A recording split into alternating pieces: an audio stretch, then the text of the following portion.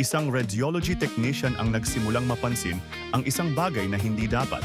Ang mga scan na may kahina-hinalang resulta ay nililinis ng senior radiologist.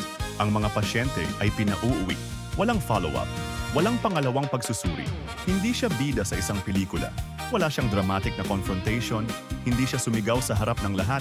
Ginawa niya ang mas mahirap na bagay. Nagsimula siyang magsulat.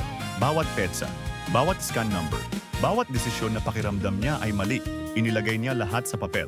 Kahit walang siguradong makinig, ang kanyang supervisor ay hindi interesado. Ang departamento ay ayaw ng gulo.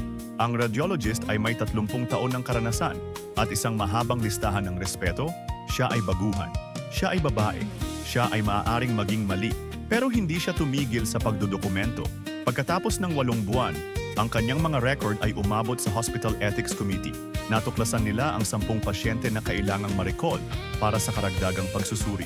Walang nagtanong kung bakit siya nagsalita, pero tanging siya lang ang nakaalam ng tunay na sagot.